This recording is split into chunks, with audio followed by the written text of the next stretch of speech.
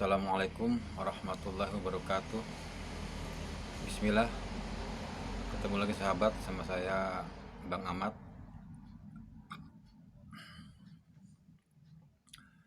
Masih di tempat yang sama dengan video yang kemarin di pos satpam, tempat saya mencari, mengolah dan menemukan jati diri perut. Eh, Hanya saja kalau kemarin saya ngecaprak soal dunia maya, kali ini saya ngecaprak soal, ya pokoknya yang kali ini melintas di pikiran saya lah gitu. Terserah mau disimpulkan soal apa, namanya juga ngecaprak. Ya, saya hanya ingat tentang sebuah kata yang kalau kita mendengarnya itu ya mungkin senang gitu ya, menyukainya, tetapi maknanya barangkali tiap orang memang berbeda ya, masing-masing tiap orang punya makna dan pemahaman tersendiri tentang kata ini, yaitu soal kebahagiaan. Di pikiran saya terlintas bahwa kebahagiaan itu, untuk menjadi bahagia itu tidak mesti menjadi orang atau sosok yang mengalami atau terlibat di dalam sebuah peristiwa yang membahagiakan gitu. Tetapi bisa pula dengan hanya menjadi seorang saksi begitu, menyaksikan peristiwa kebahagiaan tersebut gitu. Eh, Contohnya cinta misalnya.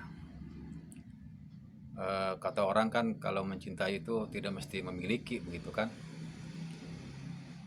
Bisa jadi orang yang kita cintai itu mungkin hidupnya lebih berbahagia dengan orang lain gitu kan. Sementara kalau kita miliki hidup bersama kita gitu kan, mungkin malah orang yang kita cintai itu hidupnya menderita gitu kan, dan kita pun yang menyaksikannya juga jadi sebagai pendamping hidupnya juga ya ikut menderita begitu. Tetapi sebagai orang yang mencintai secara ikhlas, secara tulus gitu, tentu kita tetap merasakan bahagia gitu kan ya, mendapatkan getaran kebahagiaan pula begitu, saat mendapati orang yang kita cintai itu bisa hidup bahagia dan sukses begitu. Ya intinya senang lah gitu ya, kita bisa menyaksikan, bisa melihat ya orang yang kita cintai itu bisa hidup bahagia meskipun dengan orang lain gitu. Dan sahabat, bagi saya kisah itu gitu ya, contoh atau kisah seperti itu membawa saya pada pemahaman bahwa memang sebenarnya hidup kita ini, peran kita di dunia ini ya memang hanya sebagai saksi begitu, saksi dari berbagai peristiwa yang bisa kita saksikan, ragam peristiwa yang bisa kita saksikan dalam kehidupan kita gitu. Jadi ragam peristiwa yang terjadi di dalam diri kita maupun di luar diri kita gitu. Kalau di dalam diri kita ya misalnya ada gejolak atau rasa bahagia, rasa senang, rasa susah, sedih, sewot gitu kan ya. Sementara kalau peristiwa di luar diri kita ya itu peristiwa yang bisa kita saksikan atau kita yang terekspos oleh indera kita secara fisik gitu. Ya ada pohon, ada angin, ada ayam, ada kucing, ada orang bertengkar, ada anak, ada serombongan anak yang bermain gitu kan, dan macamnya lah gitu yang kita bisa saksikan. Dan memang sahabat, kalau kalau kita renungi gitu ya, kehidupan ini memang nggak tidak terlepas dari dua dimensi peristiwa tersebut gitu kan ya. Eh, Dua dimensi peristiwa tersebut, yaitu peristiwa di dalam diri dan di luar diri kita itu berkelindan gitu ya, saling berinteraksi, saling memberi makna gitu, saling merangsang gitu, sehingga aktivitas atau kelindanan dua dimensi peristiwa ini itu boleh dibilang menjadi eh, menjadi apa ya, perangsang kesadaran gitu, agar kita tetap memiliki kesadaran ya, hadir gitu ya dalam sebuah peristiwa gitu di dunia ini gitu. Artinya kesadaran itu bisa pula disebut sebagai sebuah peristiwa pula gitu ya. Ya bahwa hidup ini adalah peristiwa kesadaran gitu ya, peristiwa berkesadaran gitu. Peristiwa kehadiran kita di dunia ini secara sadar gitu ya. Eh, Artinya ya kesadaran itu adalah ya menyaksikan gitu kan. Tanpa menyaksikan ya kita nggak sadar gitu. Tanpa kesadaran juga kita nggak bisa menyaksikan gitu kan ya.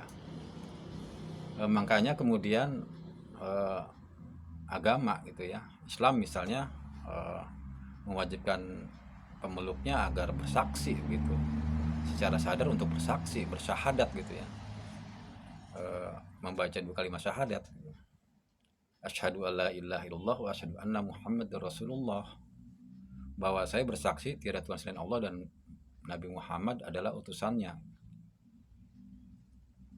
Kesaksian yang kita ucapkan atau kita sumpahkan gitu ya secara sadar itu tentu membawa konsekuensi gitu ya, konsekuensi logis, bahwa kalau kita sudah bersaksi ya kita harus memegang teguh kesaksian tersebut gitu ya. Segala tingkah perilaku kita dalam beraktivitas dalam hidup ini ya harus sesuai dengan kesaksian yang telah kita nyatakan tersebut gitu, yang telah kita saksikan, yang yang telah menjadi pondasi, yang telah kita ungkapkan gitu ya. Artinya kesaksian kita itu menjadi iman gitu, menjadi pondasi dalam segala aktivitas kita gitu.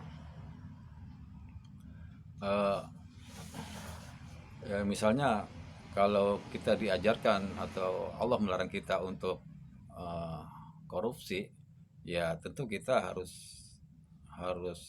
taat gitu ya, tidak melakukannya ya, tidak korupsi begitu. Kemudian kalau Nabi Muhammad SAW mencontohkan kita untuk hidup bersih gitu, untuk selalu bersuci ya misalnya kita implementasikan ya jangan membuang sampah sembarangan misalnya, karena memang ciri dari seorang muslim adalah ya hidup bersih gitu ya, senang sama yang bersih gitu. Artinya dengan dijadikannya kesaksian sebagai sebuah fondasi dalam segala perilaku kita, itu menunjukkan bahwa sebenarnya kebersaksian atau menjadi saksi itu bukan sekedar menjadi penonton gitu, bukan seolah kita hanya diam saja saat menyaksikan sebuah peristiwa yang terjadi gitu. Artinya kita dalam melihat sebuah peristiwa ya kita mau tidak mau harus terlibat dalam peristiwa tersebut gitu.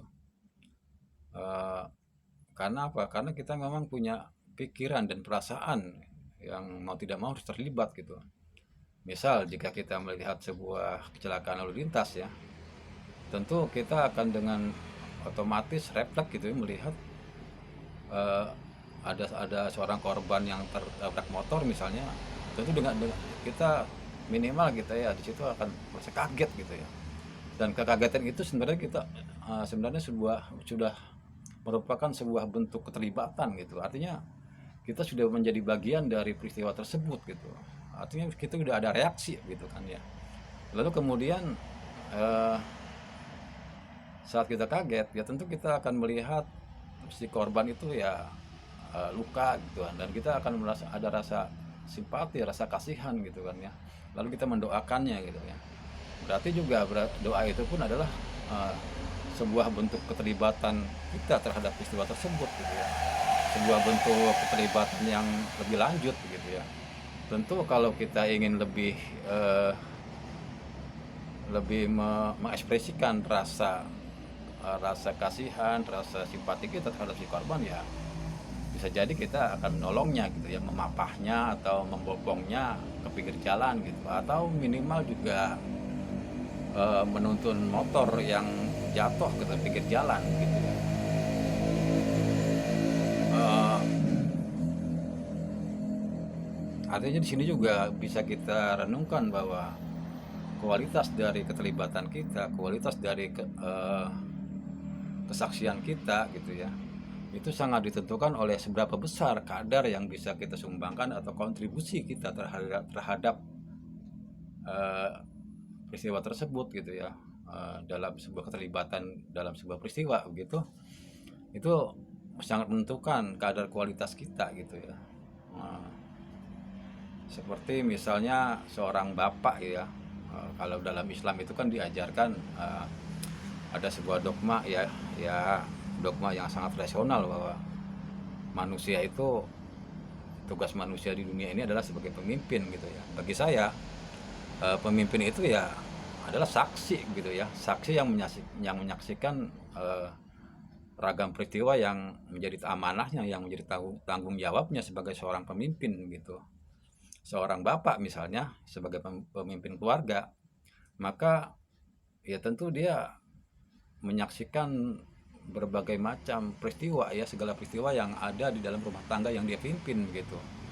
Eh, Bila keluarganya lapar misalnya, anak dan istrinya tidak makan misalnya, tentu sudah menjadi kewajiban gitu ya, sudah menjadi tuntutan dirinya sebagai saksi gitu ya, sebagai pemimpin untuk memenuhi nafkah anak dan istrinya begitu. Saat dia saat dia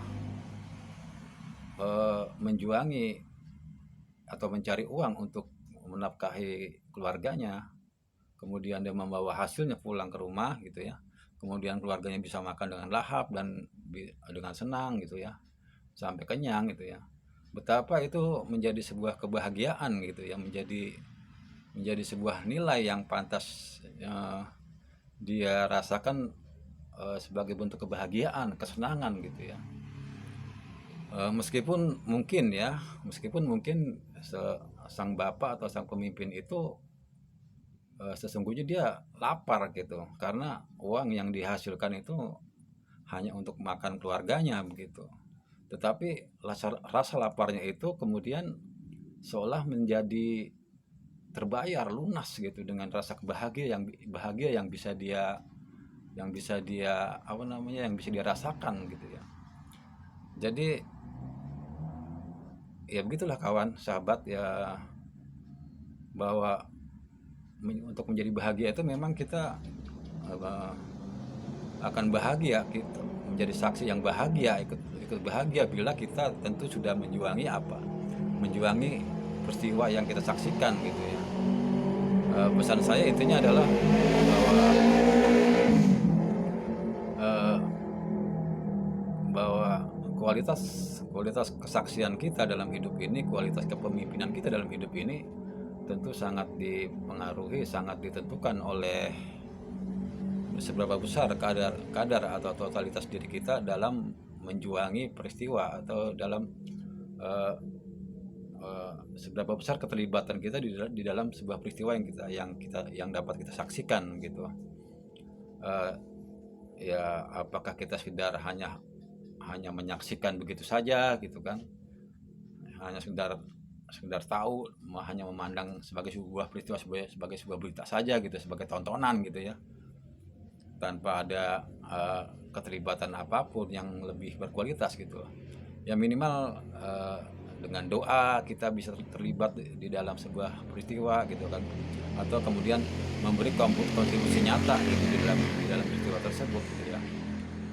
Ya artinya kesaksian itu adalah sebuah kepedulian gitu, sebuah kepedulian kita kepada lingkungan seputar kita gitu, terhadap peristiwa yang hadir di sekeliling kita gitu ya.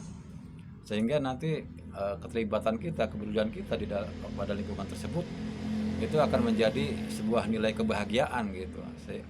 Meskipun meskipun mungkin kita tidak merasakan kebahagiaan, tidak merasakan langsung kebahagiaan tersebut, dan cukup menjadi saksi yang bahagia gitu, meskipun mungkin kita hanya orang yang dicuekin gitu, tidak dianggap seolah kita tidak, itu bukan jasa kita gitu. Tapi itulah sebuah saksi gitu ya. Itulah sebagai saksi gitu ya. Artinya ada minimal ada nilai yang bisa kita dapat dari situ. Sebuah bentuk kebahagiaan altruistik gitu, kebahagiaan yang memuaskan gitu ya. Ya barangkali itu saja yang bisa saya sampaikan caprak saya gitu, sahabat. Billahi taufiq wal hidayah. Wassalamualaikum warahmatullahi wabarakatuh.